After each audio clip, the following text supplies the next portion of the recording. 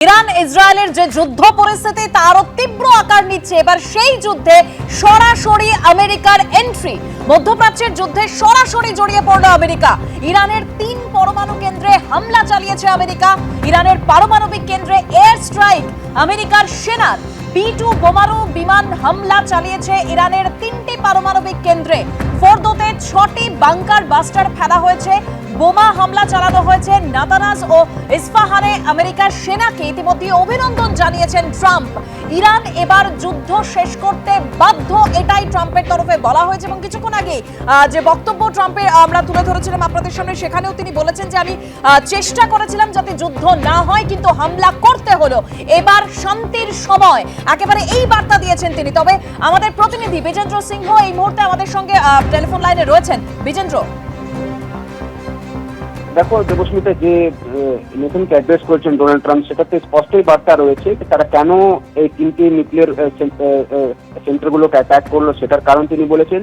এবং তার সঙ্গে সঙ্গে ভবিষ্যতে কি চাইছে আমেরিকা সেটাও তিনি জানিয়েছেন। কেন কি ইরান এবং ইসরায়েলের যুদ্ধ গত 10 দিন ধরে চলছে, সেখানে বড় মাপের কোনো ক্ষতি যেহেতু নিউক্লিয়ার প্লান্টগুলোকে করতে পারছিল না ইসরায়েল, যেহেতু ফর্দো হোক বা নাতানজ হোক বা আরো যে একটা পরমাণু কেন্দ্র রয়েছে, সেখানে এরম প্রোটেকশন ছিল, বাংকারের মধ্যে বা টানেলের মধ্যে কাজ হচ্ছিল, সেখানে এরম বম ছিল না ইসরায়েলের কাছে কি সেটাকে তারা অ্যাটাক করতে পারবে, বিশেষ করে ফর্দোকে।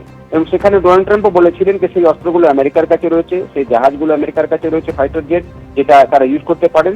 কিন্তু তিনি সময় চাইছিলেন, তিনি মনে করছিলেন কি কোনো একটা রাস্তা বেরোবে।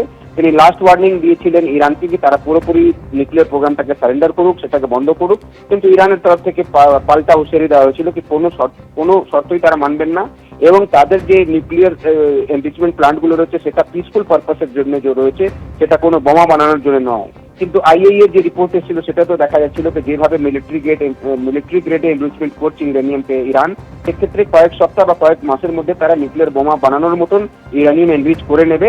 এবং তারপরেই কিন্তু স্পষ্ট হয়ে গেছিল, আমেরিকা স্পষ্ট করে দিয়েছিল যে তারা কিন্তু এই 3টে সেন্টারকে বন্ধ করার জন্য যা স্টেপস নেওয়ার তারা নেবেন।